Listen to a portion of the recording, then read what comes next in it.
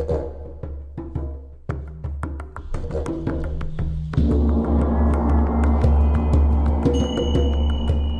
everyone, welcome to Expansion Cast. Expansion Cast is a magical podcast I created so people could find simple or unconventional solutions to expand their personal awareness and experience. This podcast is dedicated towards revealing people's divine truth and how that divine truth works its way out into the world, one by one, helping liberate each of us on our personal path to freedom. If you love this podcast, please give us a rating and share. Hey everyone, Roger here with Expansion Cast. Today on the show, I have Krystal Alexander Hill.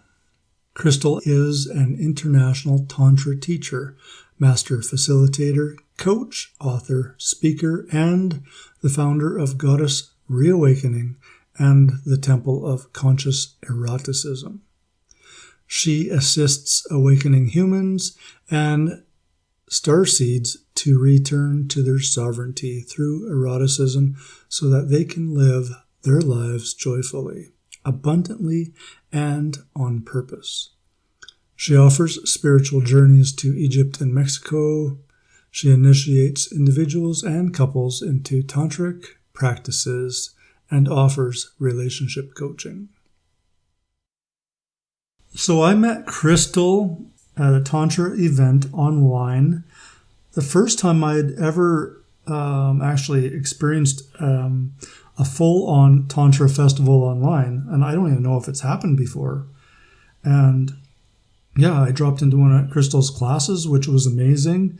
And just the way she connected with people and the way I felt she was connected with her beingness is what pulled me to invite her to the show. So yeah, welcome, Krystal. Thank you so much. Thanks for having me. Yeah. It's cool to actually be with you one-on-one here and to be able to share that with people. It's going to be awesome. So with that, how are you? There's a lot going on. I feel like I'm in that caterpillar stage. Feeling I'm rebirthing myself, and I'm in the thick of it right now. So there's so much processing going on that I'm like I'm quite exhausted, to be honest. That's me too. I don't know what is going on, but yeah, I don't know.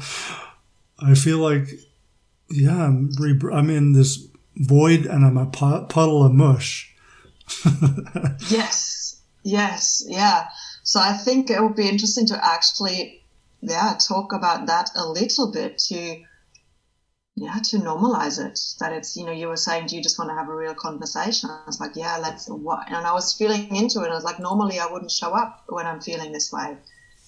And I'm very capable of tapping into being on, but then I feel like, okay, that could also be dishonoring of where I'm at and what I need. I can do it, and I've done it most of my life because that's the masculine way of doing stuff, isn't it? And so now it's about, okay, let's find the balance here.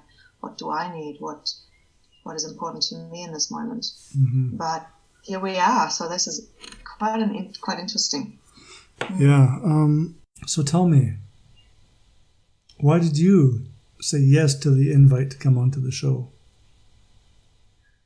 When I was looking at what you're not representing, but what you're standing for, of having some really real conversations with people and the unconventional way of healing, I felt that was, very much where I'm at home.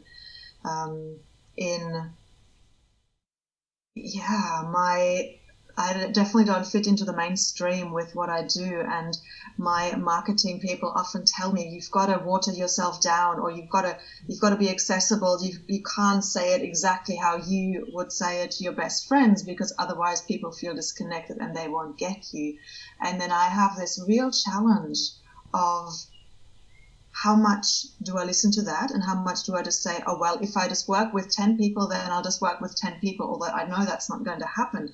But at least they can feel me and can feel my essence and the truth of what I'm here to do. So I feel, yeah, there are stages. We're guiding and we're leading people into our world in stages sometimes, but initially that being essence that you spoke of is always there. And if they're attracted to that, then yeah, then that's the entrance point, isn't it? Mm-hmm, mm-hmm. And interestingly enough, I feel that since the Tantra Festival, there's been a huge shift for me anyway, and I know just talking to you briefly, there's been a big shift for you. Not that it might have nothing to do with that festival, but there's maybe some planetary shifts or something that is happening. I feel that we are, I mean, we're shifting all the time, aren't we? Because everything is in constant motion. The universe is always evolving around something, and we're always going through seasons. But it feels that at this time, and really for me, it feels like it started in 2012, if we want to look at the bigger picture of that change from patriarchy into a more unity consciousness-based era. It started in 2012 when supposedly when the Mayan calendar ended, and we've been in a shift, but with the coronavirus crisis, everyone had to really look at how they're living their lives. Are they in alignment with their soul, especially those of us who are here to, committed to making change, to living the best life that we can live, to living in harmony and connection, and who've always felt like a miscast in that old patriarchal paradigm of having to be in your wounded masculine to push your way into success, if we want to put it into a nutshell. Mm-hmm. So I feel like we're still in that change, and it's going through spirals within spirals of unlocking and uncovering, because I know for myself, I've been in a human body in this patriarchal paradigm for, I don't know, I want to say 400, but it feels more like 1,000, like always incarnating again, always bringing the codes of the divine feminine through, and being, persecuted and in witch hunt, shut down. And so there is a lot of trauma that we're holding, not just from this lifetime and from our parents, but we're incarnating into the same lineage over and over again in order to, this time we're going to make it, this time it's going to change, this time we're going to release all of the attachments to our pain and our trauma, and then getting stuck again. But this time around, it's really this time. And I really feel that. And the people who are coming to me is like, yes, this is really the time. And this is why it's so intense, especially now that globally we're shifting. And we do need to go. We talked about the void earlier, didn't we? Mm-hmm. We do need to go back and strip everything bare before we can rebuild.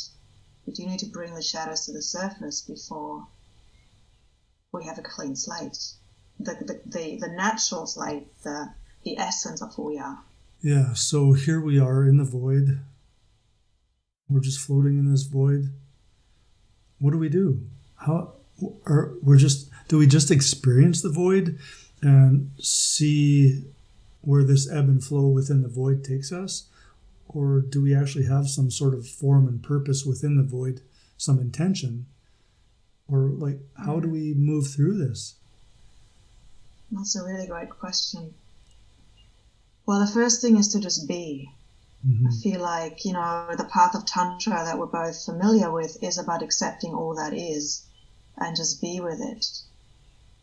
So there's nothing to do about it. And then out of that being essence, there'll be an impulse, something that wants to move us. And it's then to follow that impulse. Now, we can only do that, I find, if we're really attuned to the void, really attuned to what is going on. To the point that sometimes I'm tuning in and I'm realizing that my higher self is in bliss. It's completely oblivious to any of the pain that my emotional body may go through. There's this real ability to observe the different aspects of self.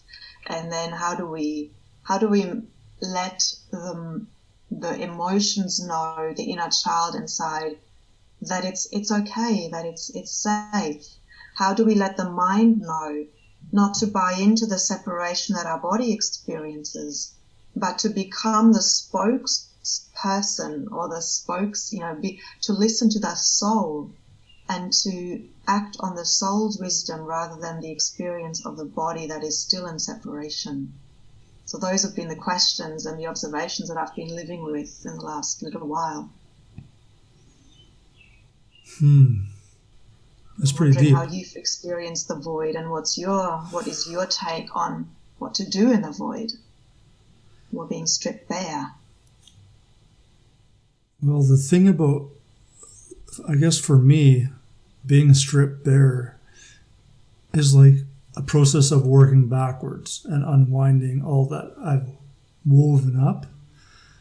And in that backwards momentum, there's a whole bunch of stuff that I'm coming or being forced to look at that I've denied and haven't processed.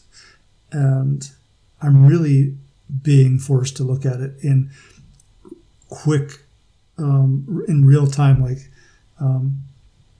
how do I say it? I don't feel I have a choice. I feel like I have absolutely zero choice. I have to dive into this and I have to move through it. Otherwise, I will be really fucking upset if I don't get through this one. You get stuck there, right? Yeah. Like if we don't move through it, if we stay in denial, then we'll get stuck there for a long, long time. I feel the same. I feel that right now is the time to flush everything, all the patterns to the surface, and to really sit with them. And I've actually, and I made it a conscious practice over the last week in particular. Every morning I get up at 6 when my kids are still asleep, and between 6 and 7 I sit there and I am with what is, and I'm also looking at what needs to be transmuted. And the reason why this is really a potent time for me right now is because I'm preparing for a medicine journey, a plant medicine journey, that will assist me and those who are around. Like there's a small group of us who are doing this together to really completely shatter the experience of separation and come into unity consciousness and connect that unity consciousness with the star races who are also fragmented. Like it's not just on this three-dimensional existence that there is separation. Even the star races, and if we talk about the Lyran Wars, the Star Wars is based on the Lyran Wars, where the different star races, they all thought they were better than each other, but they kind of lived in harmony. And this is what we're seeing. And then the reptilians came along and they erupted everything. They brought the conflicts to the surface. And this is exactly what's happening right now with, firstly, the coronavirus, but especially the Black Lives Matter movement. It's been there all along, but it's being flashed to the surface for us to look at. And those of us who are understanding that as within, so without, as above, so below, we understand that this is the time for us and the opportunity for us to look at all of those things within ourselves. Where are we in superiority, or where are we allowing ourselves to be suppressed? Where are we still in ego, both about our greatness and where, those power triangles of victim, perpetrator, and rescuer. It's the time to really flush it all up, and the collective is supporting it, and probably the planets are, I'm not an astrologer, but probably the planets are supporting it as well to bring it all to the surface. And it's an opportunity to, as you said, to clear this light. We have to look at it if we want to make a difference moving forwards. So, and how I'm doing that, I mean, just yesterday and today, it's really been about sitting in it. It's about not trying to do anything. It's just accepting, how the tide is throwing me about and just experiencing the tide itself. And then in that experience, maybe find some compassion, maybe find some experience where I can feel the bliss of that movement, even if that movement feels really harsh and dark. maybe I can look at it differently. I can look at it maybe from my feminine. It just feels like a big balancing act is happening. Yeah, it's definitely about, like, that's what I've been doing as well. When I've hit something, and what was it? There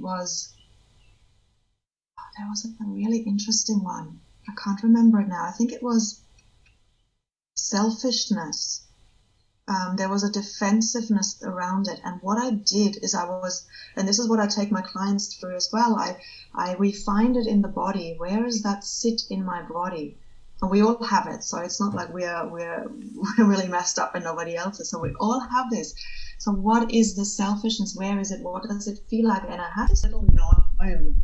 Got the image of a little gnome, and he was like nattering away. I was like, no, no, no, no, no, no, no, no. It was like almost like, I think it wasn't selfishness, but there was this, and I asked him, it's like, don't you ever get tired of doing that? And he was like going, no, no, no, no, no, no, no, kept on going on. I was like, oh, this is very interesting. You're so devoid and separated from your emotions, this selfishness or this part of me, that you don't feel anything. So of course you don't feel tired. And he kept going and going and going and going. And then I found the batteries inside of it. I was like, okay, I need to disconnect this somehow so that this can just, firstly, I really exaggerated it, and I put it on, and I put on I embodied it, I voiced it, so that I could really feel it and taste it and see it, like you were saying, just sitting in it, looking at it from all aspects with all senses. I was like, okay, I think I know this now, and I can see where I've been doing this in my life. And I was going back, okay, looking at certain times in my life, where have I actually expressed that, and being really honest and just taking the blindfold out and off and the blinkers, that part of us that just wants us to be nice and beautiful and good. It's like, no, I've been doing this to myself and to others. And so once I've finished with that process and really sitting in that and feeling that discomfort, it's like, okay, I think I got it now. I think I can let it go.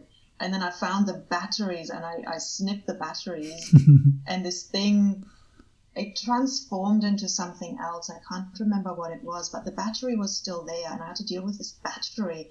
And then I had to create spaciousness. And I thought, well, what am I going to put in its place now? And I thought, actually nothing.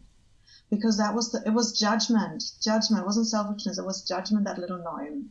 It's a voice of judgment. And then I thought, what am I going to put in its place so it doesn't come back? And I thought, actually, this time there's nothing to be put in place, because I need the spaciousness so I can hear the divine thoughts coming through instead of this constant interference, nattering of judgment. So that was a really one of the processes that I've done with myself, and something that I take clients through as well, of sitting with it, knowing it, feeling it, understanding its highest intention. And its highest intention for me was to keep me safe. One of the key words I think you said there was judgment, and that little voice it's so sneaky, and it can just hide out wherever, and we just go through our days and we're judging self. And recently, like, the darkness for me has been feeling this big abandonment wound, and the judgment, that little critter that was like, that fucking critter was like in there making that wound bigger and bigger, and wasn't helping at all. I mean, it was making it so big that I had to notice it for sure. So maybe that was its purpose, but I know it's there, so piss off. Yeah. It could be its purpose, but judgment is so deeply ingrained we don't even realize. Like, even just driving the car and saying, oh, why did that person do this? Mm-hmm. And then I always, when I hear that voice, I stop myself, and that's where the compassion comes in. I'm saying, I'm sure they have a very good reason for doing what they're doing. Yeah. And they might just be daydreaming and not focusing, and I'm sure they have a very good reason why they're daydreaming in this moment. So let's just not go into judgment about anything here.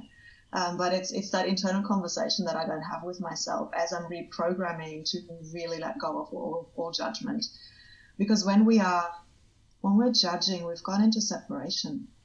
We've gone into I am better than them, or I am worse than them, because it goes both ways. Mm-hmm.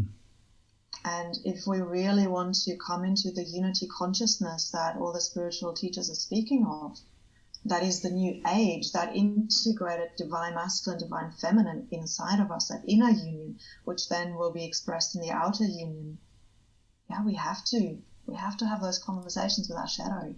We have to have those conversations with judgment, and really, even on the smallest moments when we do it, catch it.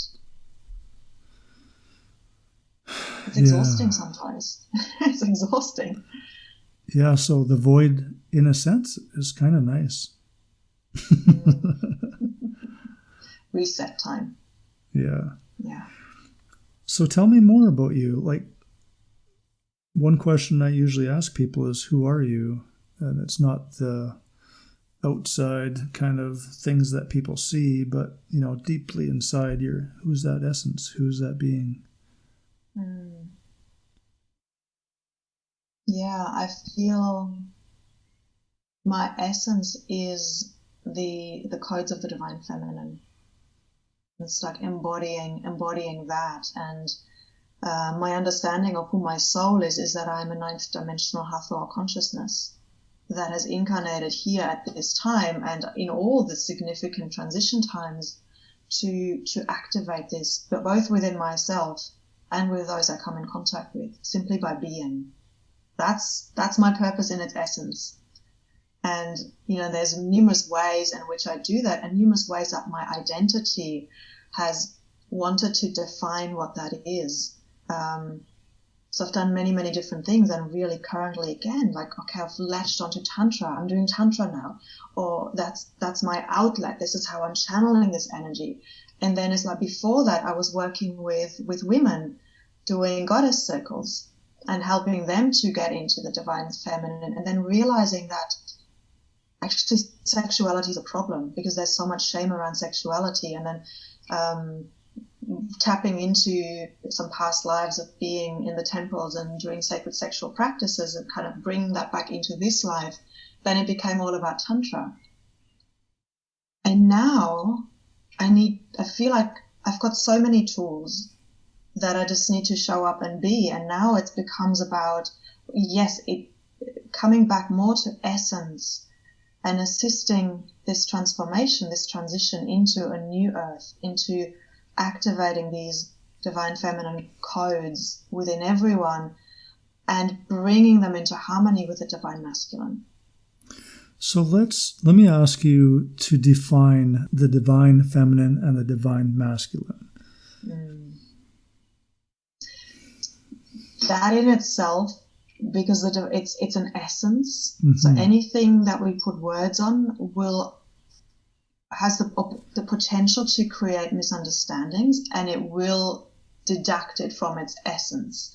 So a definition means that we have to go into our logic, and the divine feminine is an essence, an energy that can't even be defined. It has to be experienced.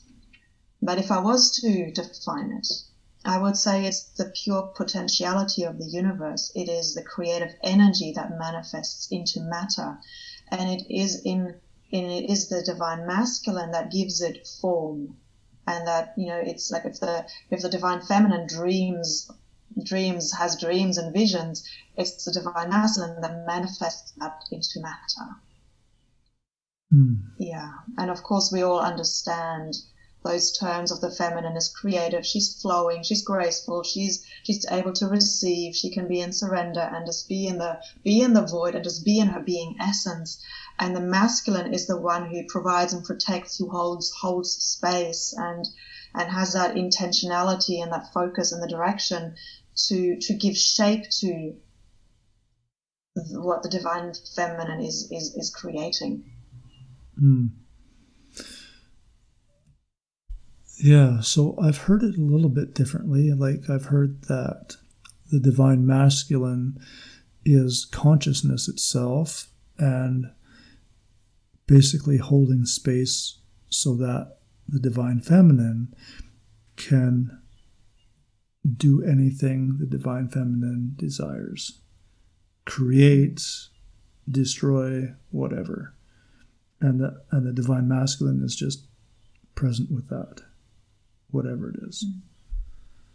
Is that? Yes, yeah. I think the traditional tantra is like the divine masculine is the consciousness, and the divine feminine is the creative power. Yeah. Right. And so when they come together, they can manifest. Yeah. Yeah. So there's a little bit of differences there, but I think it's all. That's why words are, exactly, are right? so limiting, right? And and this is where the diversity. This is where it's beautiful that this came up, because there is no right or wrong. Mm-hmm. And as humans, we have attached to right and wrong. And well, my perspective is more valid than your perspective. No, they all coexist within this quantum soup of reality. There is no ultimate truth. And it's about purpose. Whatever serves my purpose is the beliefs that I'm going to take on. And I can switch between them, because my intention in that moment may switch. So I need to move to something that serves me in that moment. And yeah, there is an evolution of consciousness that assists us to make that happen. You know, at first I have a friend, and she, oh gosh, I can't remember what she calls it, but she's created this whole thing around consciousness. Some people are in a square consciousness, others are in a diamond-shaped consciousness, others are in a spiraling consciousness, and it's like they're speaking different languages because they can't connect, because their realities are so different. And so I've come to a place where I say, well, the diversity is part of the unity, and so we need it all, but we all find our place within that, and that which we represent, and yeah, that is in alignment with our purpose. So how do we find our place? Is it just flow? Is it, or not just flow? Is it when we just let go and flow, then we just quite naturally find the space where we resonate? Yes and no. In my experience, I've worked with clients who have always gone with the flow. Somebody offers them a job, they take it. Somebody, they've just gone always with the flow, and then they wake up when they're 40 and thinking, gosh, where have I been in all of this? I've always just gone with the flow, and I've not really found myself. And there is a wounded feminine tendency here when we're just going with the flow, that we may end up somewhere where our soul doesn't want us to go, because we're afraid of conflict or confrontation. But if we're just in that masculine, okay, this is what I want to do, and I'm going to do that, and that's what I put my attachments and my identity into, then again, we're potentially getting off course of our purpose, of what our soul wants us to be. So again, it's the union of the divine masculine and the divine feminine, kind of feeling into what does feel good? Does this feel good to me, going with a flow into this direction where the current takes me, or does it actually not feel good?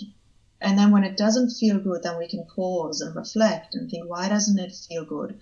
What is my soul, my higher self, wanting to tell me here? Where have I gone off path because it was convenient and I've gone just with the flow? Yeah, so it's the harmony and the interaction between the two. Harmony, yeah. So, and soul flow, divine flow, and then I think there's what you're talking about, maybe a passive flow, where people are like, somebody offered me a job, I'll take it. Or maybe this seems synchronistic because, I'm looking for a job and somebody offered me a job, so I take it. Yeah, that's not really the flow I would talk about. I think that's a passive flow. And the flow I would like to follow is a divine flow where, yes, it feels right, and it serves a higher purpose within myself and maybe humanity. Yeah, absolutely. And that flow is absolutely, I feel that's the flow I like to follow as well. But I wanted to make that differentiation in case we can get lazy and say, oh yeah, I'm just going to go with the flow. And they're feeling they're very enlightened and doing the right thing, but actually they're just being lazy. So it's important to really catch ourselves. Are we in divine flow, or are we just in the convenience flow? Yeah, convenience flow. I like that. And, if we're looking after our kingdom or our queendom, what part of this flow is benefiting the kingdom? Yes. I don't even know if I like saying benefiting. Serving is Serving. contributing. Yeah, it's contributing to the flourishing of the kingdom. Yeah. Does whatever this is resonate with the purpose of the kingdom or the divine essence? Yeah.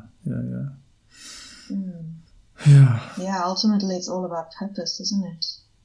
Like, we're coming here, or is it? I mean, I feel it is. Like, there's a very intentional reason why I have incarnated at this time, and with the gifts and the challenges that I've chosen. That is a purpose to work through them. And then there's the other side of the coin where we say, oh, it happens for a reason, and we're talking about purpose. And then we can get off track there too. Because we can say, oh, somebody offered me this plant medicine, and it's for a reason. And yeah, I took it and something bad happened, but that's going to teach me something. Where we could have sat with our divine energy and really felt into it and knew that that wasn't the best course of action. And that... Yes. Yeah. And then there's that hindsight wisdom, isn't there? I felt within myself that it wasn't the right thing to do, but I did it anyway because we go into our head about making decisions when the decisions that are the true ones are really in our body, and they're found in silence. They're not found in the busyness of the pros and cons. Mm-hmm. Yeah, that's powerful. Can you speak more to that? So how do we make decisions? I know that as humans, we have such complicated minds that are designed to keep us safe. And so they are comparing a choice that we have to make to the things that have happened in the past and projecting those past things that have happened to us into the future. So this can often lead to making fear-based decisions because we are driven by wanting to avoid that which has hurt us in the past. Oh, I'm never going to open my heart again to somebody because I've been hurt in the past. I'm going to keep it guarded. I'm going to be selfish now because I've given too much in the past. And just some basic examples. So that's how the head makes decisions. They're coming often, most of the time, when the head makes a decision, it's coming out of fear. Mm-hmm. When the head is aligned to the body, and so, does it feel good? That's a way of making a decision as well, and it comes from the heart. And then there's another decision about that when we tap into our soul. Like when we're asking our soul, yes, it doesn't feel good for me to sit there every morning and go and release my shit and sit with that and let that go. But I know that unless I do that, I'm not going to be who I truly am. So it's an interesting one. Does my mind want to sit there and do that? No, it wants to avoid it because it's painful. Mm-hmm. But I'm doing it because I know I have to, and I feel like that's where you're coming from as well. Yeah. So, strangely enough, I feel like even in this conversation, we haven't really had a conversation before, but the energy, I feel like I've known you for a long time. And is that normal for people to feel that way with your energy? If there's a resonance, a soul resonance, I feel that's when that happens, yes. Mm-hmm.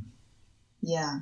So I love going deep really quickly, and really we are very much connecting. We're just being open. And it's a soul recognition. I have people that are saying, I feel like I know you from somewhere. Mm-hmm. That happens a lot. And I say, yes, your soul knows me. There's a soul connection. We may have never met on this planet in this human life, but there's a recognition for sure. Yeah. Mm-hmm. Well, maybe in the last life you sacrificed that person. That is true as well. Yes. Yeah. So what are you doing these days besides floating in the void? What are you doing to help other people in strange and interesting ways? So I'm really calling in the conscious leaders who are feeling that they're here to make a change in this planet and contribute towards coming into a more harmonious way of living as human beings together in unity consciousness, who are having these big visions, but then also feeling, oh my God, what I've had clients who suddenly have very old physical pains coming back, that from childhood.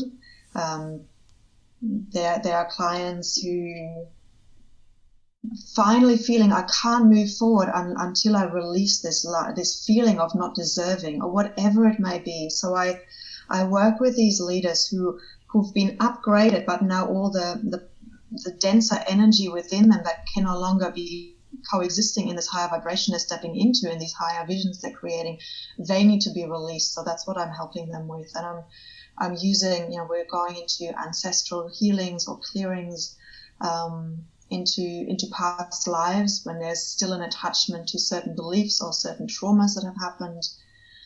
I love doing rebirthing sessions, taking clients back into the womb, because actually when the placenta is being cut as a child, that placenta from a consciousness perspective is part of us. So when the baby is not only transitioning into the world and suddenly being cold and bright and all of that, but then the cutting off of what really is its best friend in the womb that's been giving it nourishment is an incredible shock. And I've read a book called Lotus Birth, where actually the woman is speculating that the reason why we have a consumerist society, or why everybody's always looking outside of themselves to feel whole, is because we've had our placenta taken away. So we're looking for it unconsciously to get it back, to feel whole again. And so by doing these rebirthing sessions, they're very powerful to come into a different timeline of existence where the placenta will only be let go of when the child is ready, when the baby is ready, and then it's integrated. I do DNA recalibrations as well, connecting especially star seeds to their universe, to their star rays, and to really remembering the essence of why they're here. When you were asking me why are you here, it's like I'm here to embody the codes of the divine feminine. That in its essence is all I need to do, because that's coming from my star rays. So I help people to gaining that clarity and really put it into simple terms. And then the embodiment comes into it as well. Sometimes clients need to feel it in their body and releasing energy, moving energy. So I'm tapping into some of the tantric tools as well. Yeah, so it's beautiful. It's incredible work. It's really beautiful. So I'm redesigning my website to reflect that evolution in my journey. That's what I'm busy with these days. Mm-hmm. And you're an author. I am, yes. I am. I in fact, there's the book coming out on the 17th of July. Time merges. So it's called Awakening. Meet the women birthing the new earth. So I'm sharing a chapter in that. I'm also contributing a little bit later in the year to a book called Visionaries. The future belongs to those who can see in the dark. So I'm very, very drawn to that title and really helping clients to see in the dark as well. And then I'm contributing to a book called On the Wings of Isis, A Woman's Path to Sovereignty. So these are the ones that are sort of in the making. And I've written 2 solo books as well. One was called In the Womb of the Goddess, which is a pregnancy companion, which is really not so much what I'm focusing on anymore, but it is there and it is on Amazon, towards blissful birth, because I've had 2 water home births that were orgasmic. So I've had a beautiful experience with birthing. And the other one is She Who Would Be Queen. Again, it's a journey through the archetypes of the woman into her queen, into her sovereignty. You're busy. I've been doing it a little while. Yeah. I started this path, I was a theatre director prior to doing what I'm doing now. And about 12 years ago is when I started when I'm learning about life coaching, training as an NLP practitioner, and then journeying with the women. Yeah. The journey unfolds and continues. So I like that you were talking about the being reborn or rebirthing. I just had an experience actually that sounds very interesting. I think it might be something worth discussing on this podcast. It's a little raw for me, but so in the Tantra event, I was in one event where it was a meditation with, I forgot him.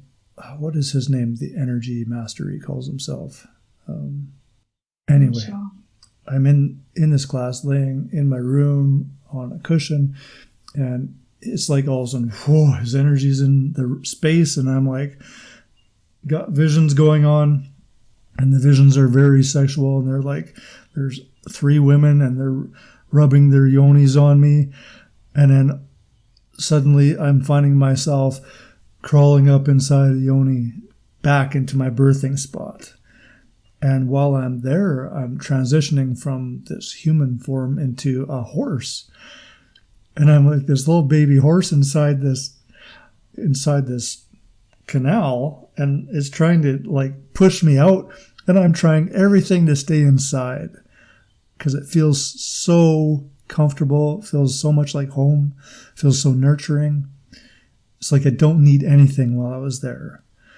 And then it pushes me out, and I'm like, fuck. But here I am, this little horse outside. It was interesting. That's a beautiful vision. Yeah, and that first thought of, oh, fuck, I'm out here now. Yeah. Yeah, I wanted to be back in there. It felt so nice and cozy and comfortable and whole. And now what? Now it's, yeah.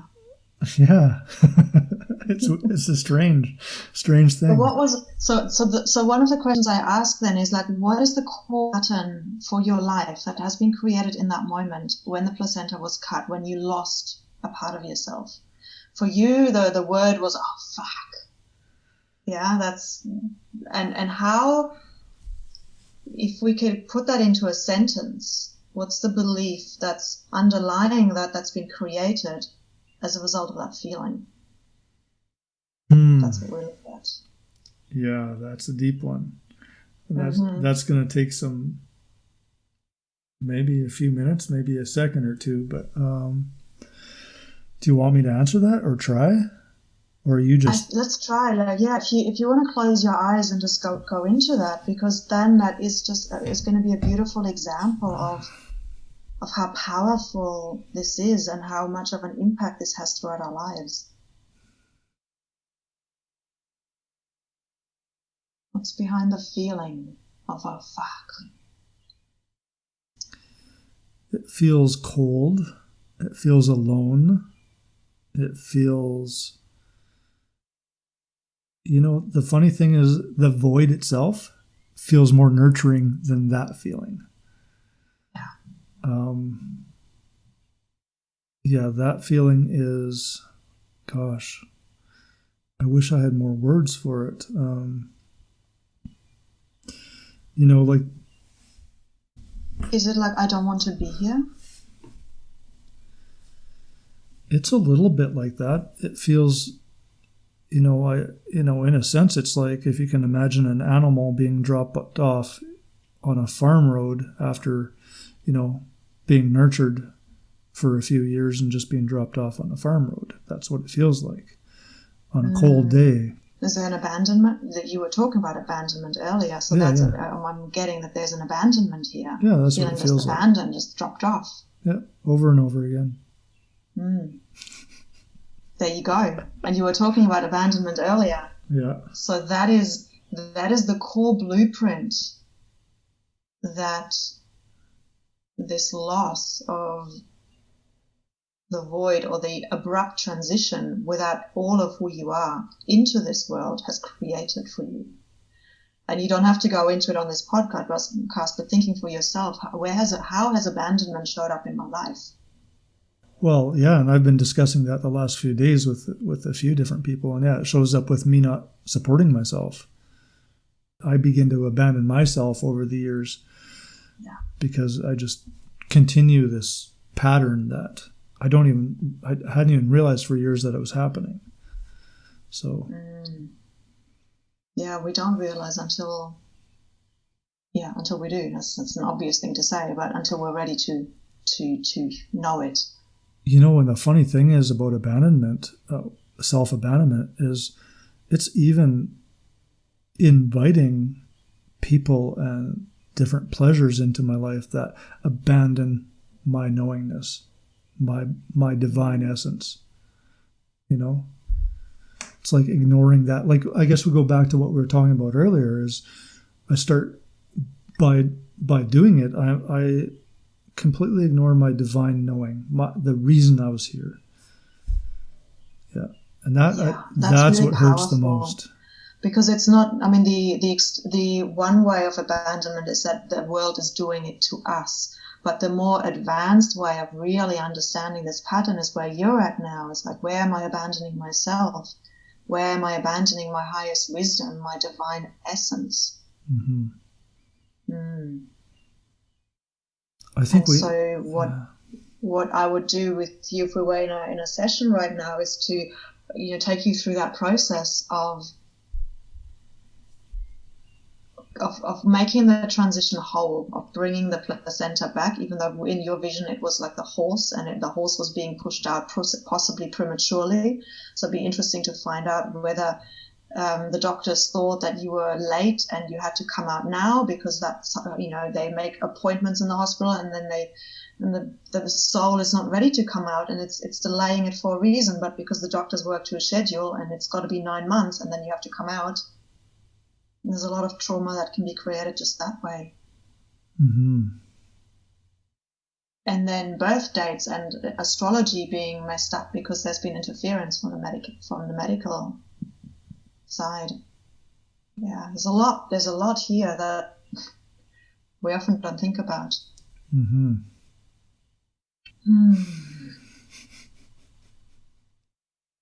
And I know this is very real right now, so yeah. It's expanding. Yeah. To me, what's the point? If we don't, I mean, fun can be expanding, deep can be expanding. There's so many different ways of expanding our experience and embracing our experience. Yeah, and today, I think we're having a little bit of fun and we're going deep. Yes.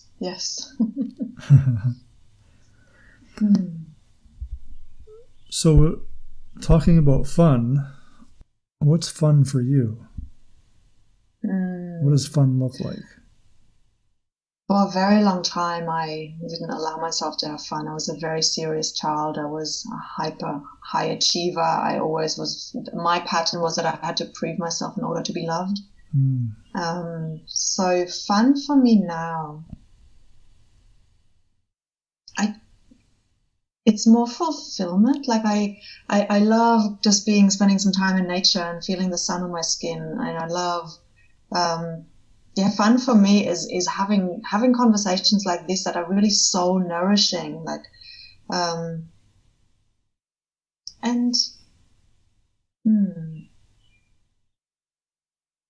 yeah, I'm not somebody I've never been somebody who goes out and goes to the pub and has a drink and just laughs and has fun and tells silly jokes. That to me is it's not my idea of fun. It's never been my idea of fun.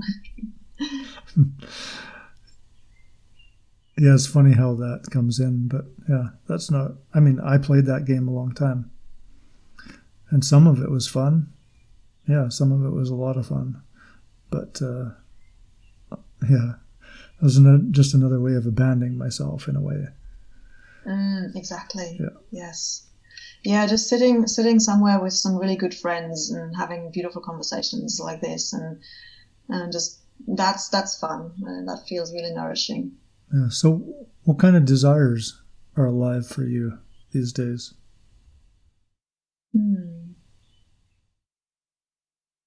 There is a real desire for more ease and spaciousness, because I am in that transition of I've managed these patterns have been really, really good at keeping me busy and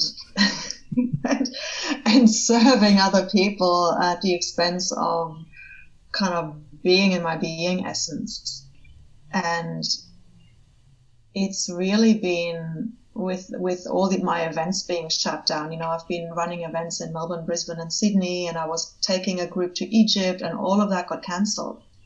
So there was more spaciousness for me to sit and feel what is really aligned. And so, yeah, my desire is to create a work-life way, or like work. It's not even work. It's my purpose. It's like I do what I'm here to do, but to do it in a way now where there is a lot of ease and spaciousness.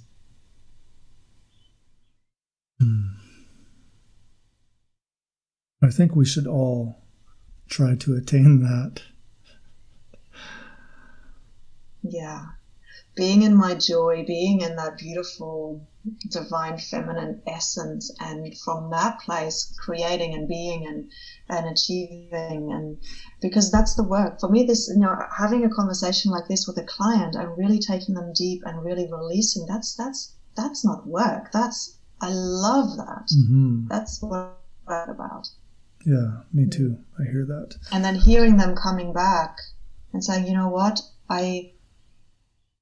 just today, a woman was saying, I've always woken up at 3:00 at night because I felt like I had to feed my children, and now I don't do that anymore.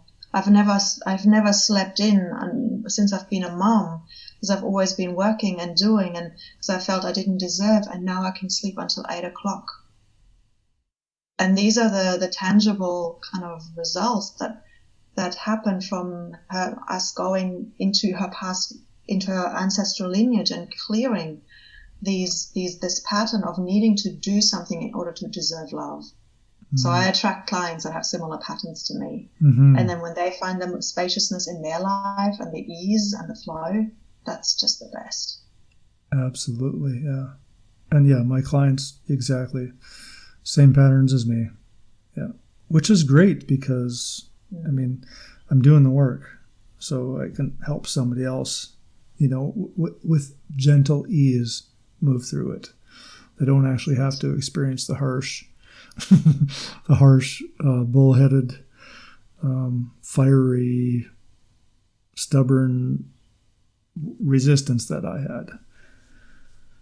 Yes, yeah. We've done it the hard way, so we can help them do it the easier way. Yeah. One thing that comes up to my mind right now, pops right in, is that I wonder we have all this time, we've had all this time during the corona space, to really dive into who we are. And that's a lot of people doing this. There's a lot of people actually moving through some tough times and getting to know or move beyond a lot of limitation. And I think the tough part for a lot of them is going to be going back to work, back to a job that they fucking hated and doesn't nourish them. But they need to do it because they have bills to pay, because they have a family to raise. That's going to be a lot. That's going to be tough on a lot of people, I think. And so what I say to that is, like, I have a client, and she was working for herself as a beautician, and she didn't want to do it anymore. So it's about using the time now to really tune in. What does my soul want to do? Why am I here? What is my purpose? And how can I then, and working on a transition plan. like this client, she says, I'm not ready for, like she's in the UK, she's saying, I'm not ready for us to go back to normal, because then it would mean that my clients have an expectation of me opening up my beautician salon again. But she's really doing so much work right now to creating a more soul-aligned business for herself, where she's really helping clients with her energy work. Because that's her passion. And so she's using this time to transition and to build that. And yeah, it's not that easy for everyone. And I know that, but it's to know that we have choices, we have options. And if they really know that they don't want to be there anymore, just trusting that you get the clarity, and then you'll be shown the way of how to achieve that. I'm not saying quit your job tomorrow, because it is, like with everything, it's a transition. And if we quit our job prematurely, and I found that myself, then we're desperate to get clients, and then that energy of desperation is pushing them all away.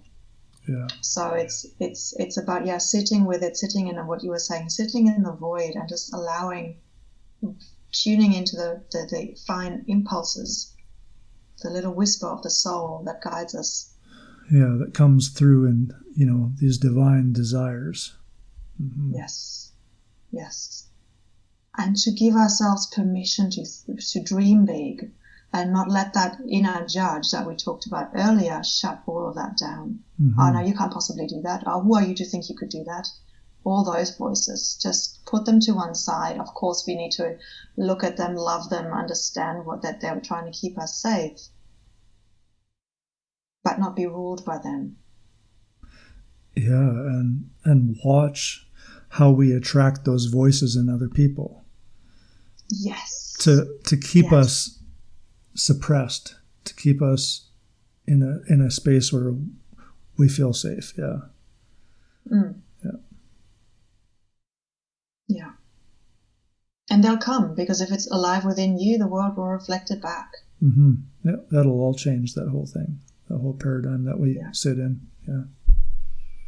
So I've been consciously in the last couple of weeks saying, show me what I need to work on. Bring me the people who reflect those patterns to me. Mm-hmm. And the universe delivers, and it's beautiful. Yeah. You ask and you shall receive.